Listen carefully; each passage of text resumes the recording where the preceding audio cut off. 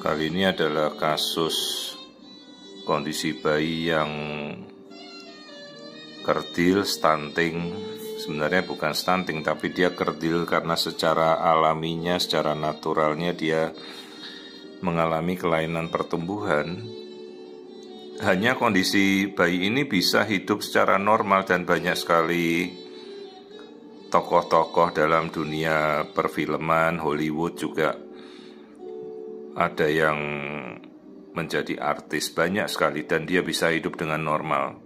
Ini adalah suatu kasus akondroplasia di mana tulang-tulangnya memendek, namun dia bisa hidup normal, plasenta semuanya bagus, ketuban baik, tulangnya saja yang pendek dan tidak ada kondisi lain yang membuat bayi ini tidak bisa bertahan.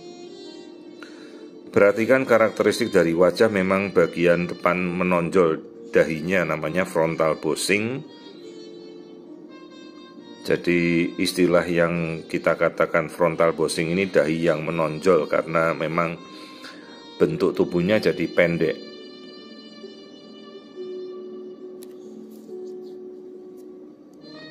Jadi kondisi kelainan ini karena sekali lagi pertumbuhan genetika dari fibroblast growth factornya, jadi banyak sekali penyebab, mulai dari kelainan itu fatal atau tidak, ini paling ringan. Jadi tulangnya tulang keras, bukan tulang lunak, ini tulang keras hanya pendek. Dan kakinya kadang melengkung ya, berbentuk X0 itu, X, kaki X. Tapi dia bisa hidup spontan, bernapas spontan, juga bisa menjadi apapun, bisa bersekolah dan bisa bisa mencapai apa saja. Dan banyak sekali tokoh di baik lokal maupun di luar negeri ini yang berhasil menjadi artis, jadi ya tokoh-tokoh nasional, motivator, banyak sekali. Jadi ini suatu kelainan yang kita namakan akondroplasia, jadi pertumbuhannya kerdil, pendek, tapi seluruhnya normal. Bagian perutnya terlihat membuncit karena rongga dadanya kecil.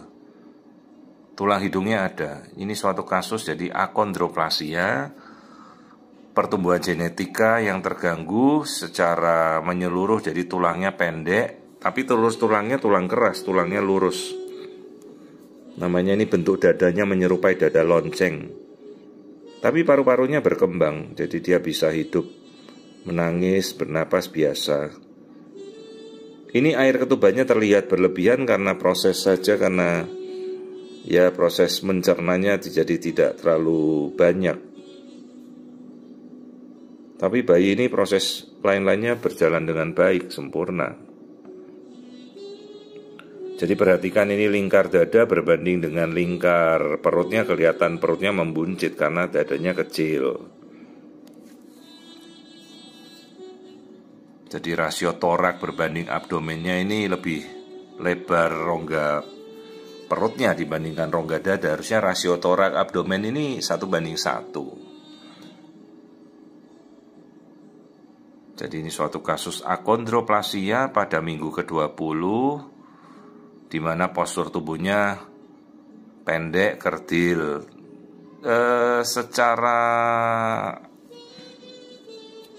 natural nanti dia tidak akan mencapai tinggi badan di bawah 150, paling pol ya 140 sampai 145 cm tinggi tubuhnya.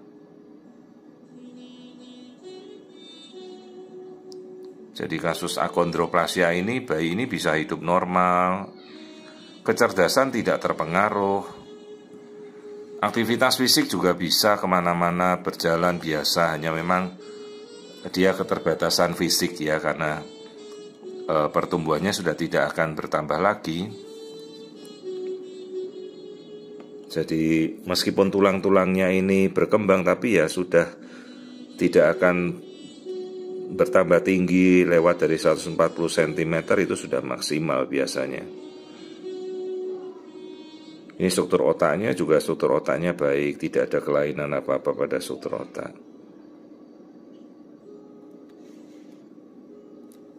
Nah, ini kita ukur biometrinya janin.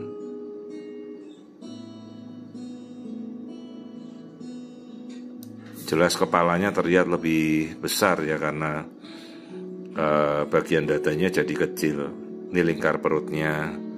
Jadi yang bermasalah ini tulang-tulangnya yang semuanya lebih pendek. Mau jadi tulang lengan, tulang kaki, semuanya pendek. Tapi tulangnya tulang keras, bukan tulang lunak. Juga tempurung kepalanya keras, normal.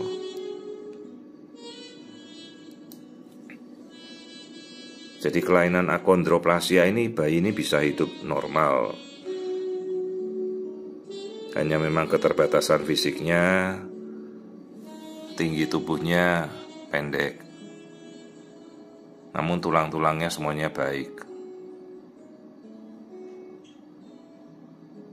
Tapi ya tetap kita mengedukasi orang tua, sekalipun dalam kondisi ini kondisinya ya tidak sesuai harapan orang tua. Kadang-kadang jelas mereka pasti terpukul ya. Kita mengedukasi,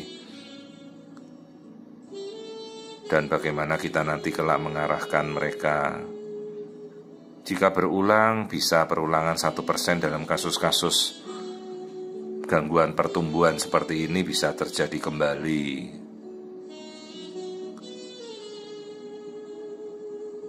Ya, kita tidak bisa mencegah, kondisi seperti ini sudah terjadi secara natural.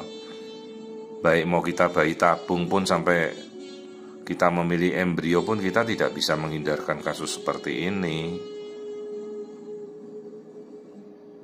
Jadi bagaimana kita tahu ya, kita screening dari awal kan, kita mengukur tulang-tulang paha itu dari awal kan kita bisa mengerti. Artinya ya sejak 16, 17, 18 minggu misalnya mereka kontrol datang, kita lihat kok tulangnya tidak sesuai ya, dari situ kita bisa tahu. Nah, ini kebetulan baru 20 minggu pasien ini. Ya tentu mereka akan berdiskusi dengan keluarganya. Ya pasti bayi ini berkebutuhan khusus ya sejak awal.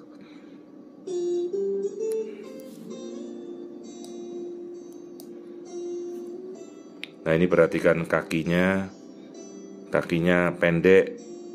Bentuknya normal semua, lurus. Tapi bisa melekuk, bisa meluruskan. Tapi ya itu, tulangnya pendek semua. Berbeda kalau osteogenesis imperfecta itu tulangnya bengkok, patah, tulang rawan. Kalau ini tulang keras. Jadi kasus akondroplasia itu bayi bisa hidup normal. Ini kaki simetris semuanya, bentuknya bagus, hanya pendek.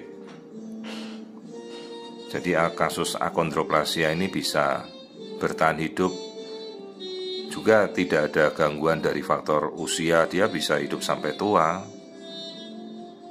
sampai dewasa. Juga menikah pun bisa, jadi tidak ada masalah.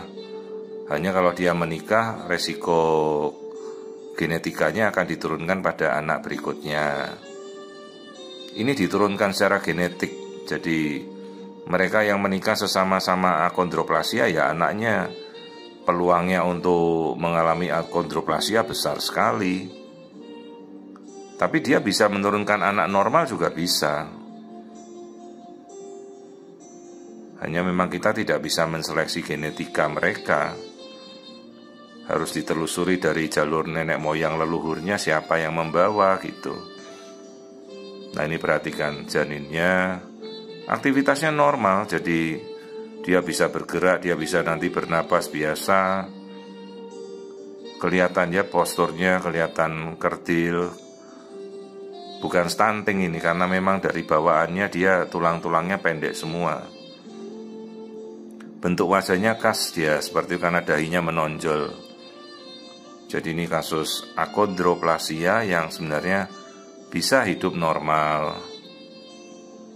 Tapi ya kita menjelaskan pada orang tua kondisi tersebut tidak bisa kita rubah lagi. Ya tulangnya akan tetap pendek, sekalipun kita mau merekonstruksi ke bedah tulang ya tidak bisa bertumbuh lagi. Dan kasus ini bisa hidup dengan normal. Kita perlu edukasi itu, kita jelaskan ke orang tuanya. Kasus akondroplasia.